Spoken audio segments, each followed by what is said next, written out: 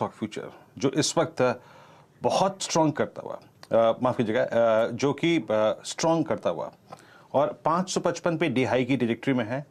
जरा अच्छा एक काम कीजिए, PSU Nifty PSU bank index रखिएगा प्लीज़। अभी अभी मैं एक चीज़ देख रहा था, निफ्टी पीएसयू इंडेक्स में एक स्विंग आया है। SBI futures, Canara bank futures, ये देखिए, कैन बैंक फ्यूचर्स दोनों डे हाई पर, और इनफैक्ट कैन बैंक 24 फरवरी के बाद अब तक की हाईएस्ट ट्रैजेक्टरी में आ गया।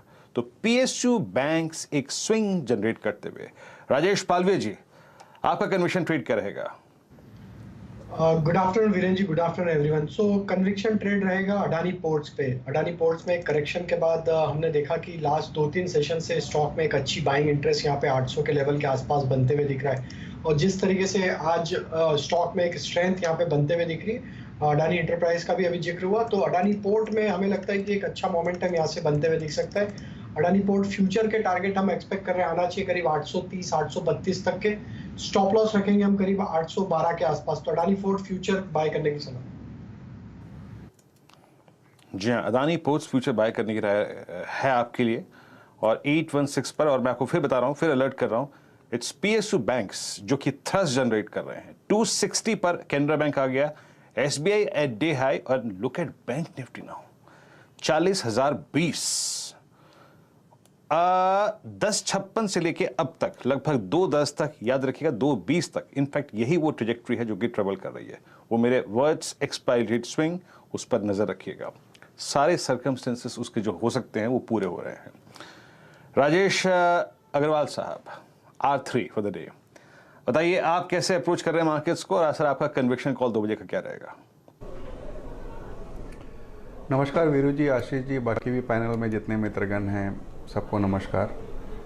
मार्केट की अप्रोच हमारी तेजी की है। हमें लगता है कि कोई गिरावट आती है तो खरीदारी का मौका दे रही है। थोड़ी बहुत दिक्कतें रुपए को लेकर के आ रही हैं, जो मुझे लगता है कि थोड़े से दिक्कत तो है, बट अगर मध्यम से लंबी अवधि तक कोई स्टॉक रखता है तो अच्छे मुनाफे पर बैठा होगा, क्योंकि अभी भी जो इकोनॉमिक डेटा आ रहे हैं वो बेहतर आ रहे हैं। कन्विक्शन कॉल के हिसाब से लिया जाए तो इस वक्त मैं सेंचुरी टेक्सटाइल के साथ जाना चाहूँगा। अगर आप देखो तो उसमें 3 डिवीज़न है, टेक्सटाइल के, रियल स्टेट के और पेपर के। सबसे बड़ा रेवेन्यू का कंट्रीब्यूशन पेपर से आता है, उसके बाद टेक्सटाइल से और रियल स्टेट से। तीनों ही डिवीज़न बहुत अच्छे चल रहे हैं। पेपर में डिमांड बढ़ी हुई है, हमने देखा है पूरे पेपर सेक्टर की री रेटिंग होते हुए।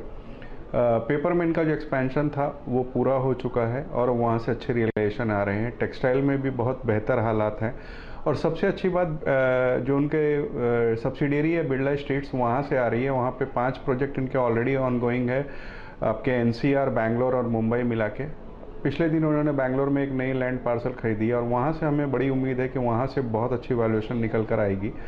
तो इस वजह से हम थोड़ी सी मध्यम अवधि के लिए भी सेंचुरी टेक्सटाइल बोल रहे हैं, और थोड़ी मध्यम अवधि के लिए भी सेंचुरी टेक्सटाइल बोल रहे हैं, और शॉर्ट टर्म ट्रेड के हिसाब से भी सेंचुरी टेक्सटाइल हम हफ्ते 10 दिन के लिए भी ले सकते हैं।